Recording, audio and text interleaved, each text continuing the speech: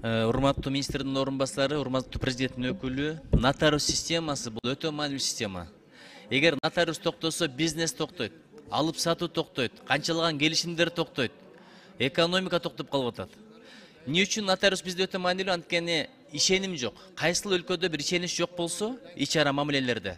Азыр көрүп атасыздар, мошенниктер, бир үйдү үч адамга сатып ийгендер бар, эки адамга оформление кылып койгондор бар, мамлекеттик мекемелер аралашып кетип атат. Ошон үчүн нотариустун тынбай иштеп турганы бул өтө маанилүү. Ал 3-4 күн мындай турсун, 1 саат токтосо канча иштер токтоп калып атат. Бул өтө маанилүү маселе. Оперативдүү чечимдерди кабыл алып турган жер болуп атпайбы? Ошого ресторандарда деле свет өчсө, бул жактан моторун иштете коюп, орусча двигатель, кыймылдат иштете коюп, бир запастар турат да.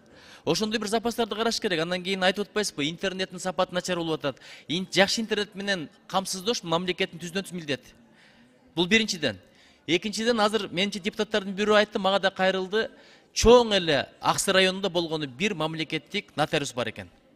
Мага келген маалымат боюнча, балким мен туура эмес айтып атам, тактап көрүңүз. Эгер мындай болсо, бул чоң проблема. Ушундай боло турган болсо, же штатты көбөйтүш керек, бул бир.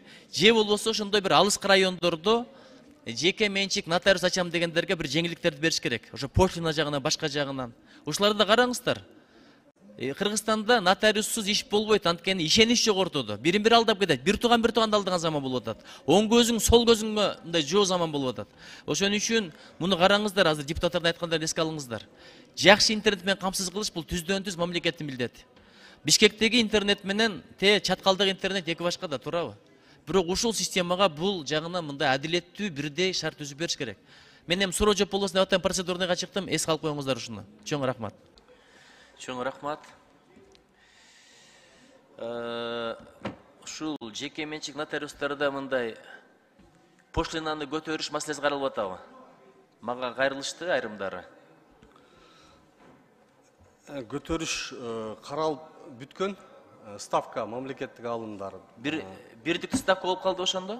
Жок, ал ставкалар министрлер кабинетинин токтому менен бекитиле турган, жогорку кеңештин макулдугун алып, министрлер кабинетине кетти. Ал эми бул 29 беренеге биз киргизип аткан нотариустер алуучу сумманын жогорку чегин кээ бирлерине бекитүү каралып атат.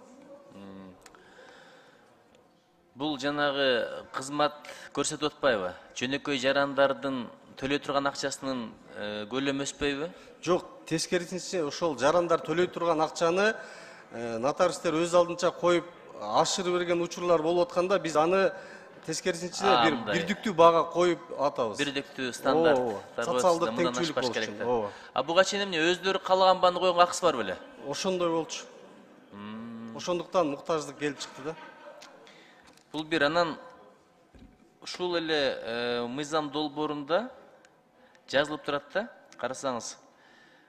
Жеке нотариус нотариалдык иш-аракеттер жасоо тартибин же бир анча-мынча эрежелерди бузса, же болбосо укуктук актылардын бузгандыгы үчүн нотариалдык палата белгиленген тартипте квалификацияны жогорулатуу боюнча кошумча окуудан өтүү сунуштамасы менен 3 айга лицензиянын колдонуш токтотулуп турат. 3 айга деп так жазылган болчу да. Эми ошону 3 айга чейин деп коюпсуздар. Бул жерде бир коррупцияга жол ачылып калбайбы? Анткени 3 айга чейин 1 күн кылып койсо болот, 10 күн кылып койсо болот, 2 күн, 29 күн кылып койсо болот, 2 ай. Мындай силердин жанагындай бир маневрга эркиндик ачылып калгандан кийин билесиз, адам фактор иштей баштайт да бул жакта. Ошого жол ачылып калбайбы? Так эле бойдон калтырсам эмне болот? Императивдүү кылып. Нурзит Кадырбекович, бул Гүл Акматкулунун сунушу менен мөөнөттөр алынып салынды дагы. Нотариат окуу борборунда программа жараша окуган мөөнөткө токтотулат деп көрсөтүлдү. Бул окуунун программасы нотариалдык палата бекитилип чыгат. Бул укук бузуулардын көлөмүнө жараша болот. Азыр анда бул актуалдуу эмес экен да. Мындай болбой калып турат. Комитеттен ошол Гүл Акматкулунун сунушу колдоо таап, ушундай редакцияда келди азыр. Анда чоң рахмат. Ийгилик каалайм, колдойбуз мыйзам долбоорун.